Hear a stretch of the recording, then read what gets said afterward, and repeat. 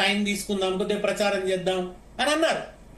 అప్పుడు హరీష్ రావు గారు కూడా ఉన్నారు, అలా చేస్తే బానే ఉంటుందేమో అన్నారు ఆయన. హరీష్ రావు గారిని కూడా కోప్పడ్డారు. ఇది కాదు ఆలోచించాల్సిన పద్ధతి అని. హరీష్ రావు గారు కూడా ఏమి వేరే ఉద్దేశంతో అనలేదు ఆయన. ప్రజల్లోకి బాగా తీసుకోగలుగుతాం, ఒక ప్రోగ్రామ్ లాంచ్ చేయడం, ఊరూరా మీటింగ్ చేయడం, ఇదంతా ఉంటది కదా, కళ్యాణ లక్ష్మి లాంచ్ చేస్తున్నామని. అట్లా ఆయన దానికి ప్రాధాన్యత ఇవ్వలేదు. కానీ ఇటువంటి సందర్భాల్లో 90% కేసీఆర్ కరెక్ట్ అయ్యారు, ఒక 10% మిస్టేక్స్ అయిన సందర్భాలు కూడా ఉన్నాయి. 90% కరెక్ట్ అయ్యారంటే ఇప్పుడు ఫర్ ఎగ్జాంపుల్ ఇప్పుడు మొన్న రజతోత్సవ సభ వచ్చారు, సంవత్సరం తర్వాత దాదాపు అపీరెన్స్ లోక్సభ ఎన్నికల తర్వాత. ఆ విషయంలో ఆయనకు చాలా పర్టికులర్ గా ఢిల్లీలో జర్నలిస్ట్ గా ఉన్నప్పుడు మాతో కూడా పంచుకునేవాళ్ళు. ఏంటంటే తమిళనాడులో జయలలిత అధికారంలోకి వస్తే కరుణానిధి అసెంబ్లీ రాడు, కరుణానిధి అసెంబ్లీ అధికారంలోకి వస్తే జయలలిత అసెంబ్లీకి రాదు. అయినా సరే అక్కడ గవర్నమెంట్ చేంజ్ అవుతూ వస్తుంది 1989 నుంచి కూడా. ప్రజలు ఆల్టర్నేటివ్ గా గెలిపిస్తున్నారు. అధికారం ఒకటికి ఇచ్చిన తర్వాత తెల్లారి నుంచే మనం ఎందుకు పంచాయతీలు పెట్టడం, వాళ్ళు పాలన చేసుకొని ఇవ్వాలి. 4 సంవత్సరాల తర్వాత మొదటి 4 సంవత్సరాలు కూడా జయలలిత అయినా కరుణానిధి అయినా కేవలం ప్రెస్ రిలీజెస్ ఇస్తారు, ఏదైనా ఇష్యూ మీద బయటకు వచ్చి మాట్లాడరు.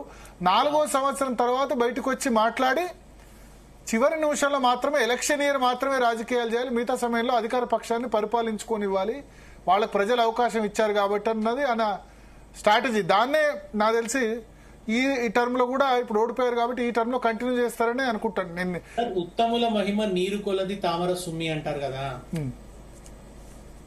ఆయన అట్లా ఉంటాడు కనుక.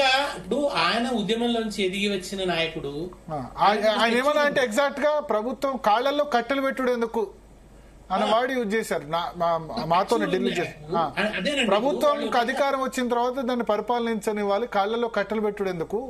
ఏ సందర్భంలో అంటే అప్పుడు రాజశేఖర రెడ్డి, ఇంకా రాజశేఖర రెడ్డి 3 నెలల తర్వాత 10 సీట్లే అప్పుడు అసెంబ్లీలో వచ్చినప్పుడు కొద్దిమంది కేసీఆర్ ఎక్కడ, మహబూబ్నగర్ ఎంపీ ఎక్కడ అని పోస్టర్లు వేసినప్పుడు రోజు పోయి మనం ఏం చేస్తాం, రోజు ప్రభుత్వాన్ని క్రిటిసైజ్ చేసి అంటే మనకు ఇవ్వనప్పుడు ఏం చేస్తాం. దాని తర్వాత కూడా 2011-12 లో కూడా పార్లమెంటు బదులు కార్యక్షేత్రంలో తేల్చుకుందాం, పార్లమెంట్ లో ఊరికే. పాలమూరు ఎత్తిపోతల లాంటివి ప్రారంభించినప్పుడు కాంగ్రెస్ వాళ్ళు వెళ్లి కేసులు వేశారు, దాన్ని ఆపే ప్రయత్నం చేశారు. ఒక ప్రాజెక్టు ఒక కరువు ప్రాంతంలో నిర్మాణం అవుతున్నప్పుడు అది త్వరితగతిన నిర్మాణం కావాలని కోరుకోవాలి. అది నిజానికి అది తెలంగాణ రిటైర్డ్ ఇంజనీర్లు ప్రతిపాదించిన ప్రాజెక్టు. అది తెలంగాణ ఉద్యమం కొనసాగుతున్న దశలోనే ప్రజలలో చర్చ జరిగినటువంటి ప్రాజెక్ట్. దానికి వాళ్ళు అడ్డు జరిగారు. అలా ప్రవర్తించకూడదనేది కేసీఆర్ గారు. ఇప్పుడు నిజంగా కూడా కొంతమంది, ఇప్పుడు చాలా మంది ఎమ్మెల్యేలు టచ్ లో ఉన్నారు, అందులోకి వెళ్ళిన ఎమ్మెల్యేలు కూడా టచ్ లో ఉన్నారు, మరికొంతమంది ఎమ్మెల్యేలు టచ్ లో ఉన్నారు. మనం ఏమన్నా చెయ్యొచ్చేమో అని పొరపాటున ఒక ఆయన అంటే ఎంత కోప్పడ్డాడంటే, అటువంటి కలుషితమైన ఆలోచనలు అసలు రాకూడదు మీకు. మనం అలా అల్పంగా ప్రవర్తించాల్సిన పని లేదు ప్రజల ముందు. మనం ఎప్పుడు ప్రజలు ప్రాతిపదికనే ఉన్నాం, ప్రజలు కేంద్రంగానే ఉన్నాం. ప్రజల ముందు మనం అట్లా పేలవంగా మారొద్దు అని చెప్పి ఆయన అన్నారు. ఆయన ఎప్పుడు అట్లా ఫ్రాంక్ గా ఉంటారు.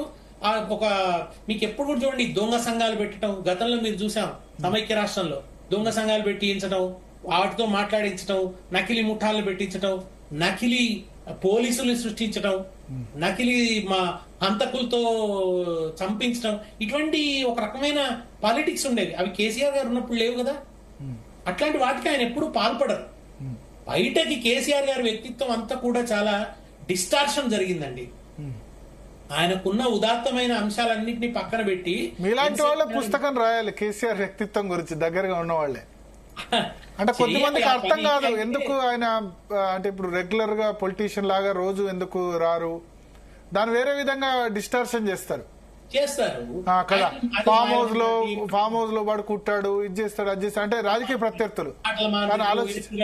ఆయనకేదో చిన్న వ్యక్తిగతమైన అలవాటు ఏదో ఉంటే దాని గురించి అసలు ప్రధాన రాజకీయ విమర్శ అంతా చేయటం అసహ్యకరమైన పద్ధతి కదండి. అటువంటి అలవాట్లు ఎవరికి ఉండవు చెప్పండి. రాజకీయాల్లో ప్రతి ఒక్కళ్ళకు చాలా సాధారణమైన పొలిటీషియన్స్ లో 99% అందరికి ఉంటుంది కదా. అది అలా విమర్శించే వాళ్ళందరికీ కూడా ఉంది.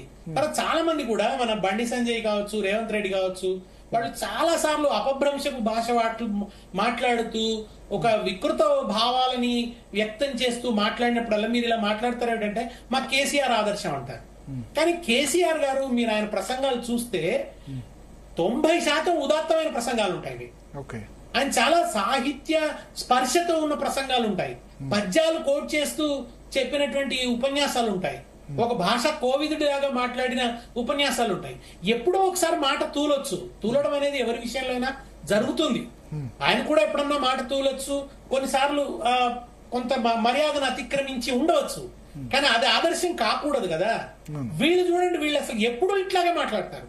వీళ్ళు ఉదాత్తంగా మాట్లాడడం అనేది ఎప్పుడు జరగదు. వేదిక ఎక్కితే క్షుద్ర రాజకీయ విమర్శ, అది అపభ్రంశపు భాష, అది ఒక వికృతమైన భాషలో దాడి చేయటమే తప్ప గంభీరంగా మాట్లాడడం అసలు రానే రాదు.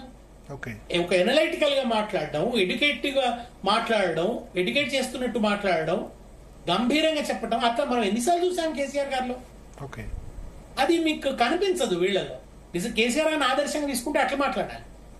ఇప్పుడు ఏది తీసుకోవాలనే విచక్షణ కూడా నీకు ఉండాలి కదా. ఆ వ్యక్తి నుంచి నేను ఇదే నేర్చుకున్నానంటే అది నీ అభిరుచి, నువ్వు అంతవరకే గ్రహించగలుగుతున్నావు అని అర్థం. సో ఇప్పుడు